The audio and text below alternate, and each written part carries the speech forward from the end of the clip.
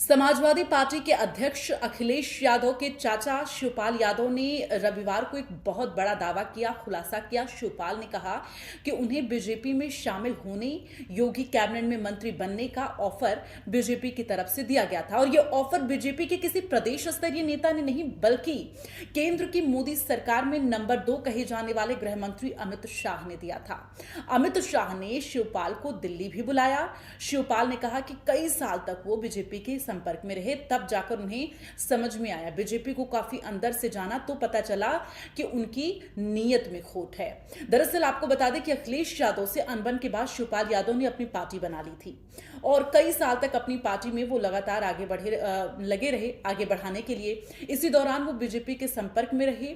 UP विधानसभा में भी शिवपाल ये कह चुके हैं कि वो लंबे समय तक बीजेपी के संपर्क में रहे हैं। आपको बता दें कि एक चैनल को दिए गए इंटरव्यू के दौरान शिवपाल यादव ने ये तमाम बड़े खुलासे किए हैं और साफ तौर पर यह कहा है कि गृह मंत्री अमित शाह उनको कॉल करके दिल्ली बुलाए, उन्हें कई सारे ऑफर दिए, मंत्री बनने के ऑफर और भी कई सारे ऑफर उन्हें दिए गए। हालांकि बस ऑफर ही दिए गए, उन्हें यह समझ में आ गया कि उन्हें कुछ मिलना जाना नहीं है। साफ तौर पर शिवपाल ने यह कहा कि कुछ देना लेना नहीं था, लेकिन बस मुझे लगाए रखना था। वो कभी चाहते ही नहीं थे कि हमारे परिवार में जो है सुलह हो और हम साथ रहें। वो हमेशा चाहते थे कि अनबन बनी रहे और वो कहते भी थे।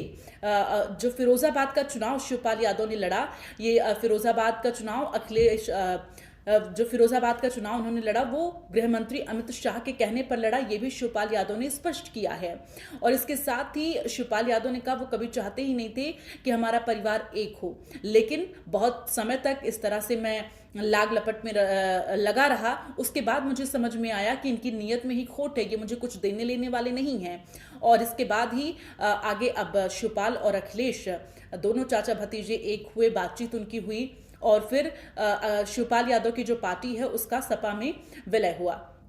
लेकिन इन सब के बीच किस तरह से वो सालों तक बीजेपी के झांसे में रहे, गृह मंत्री अमित शाह के झांसे में रहे, इस बात का खुलासा एक इंटरव्यू के दौरान शिवपाल यादव ने किया है।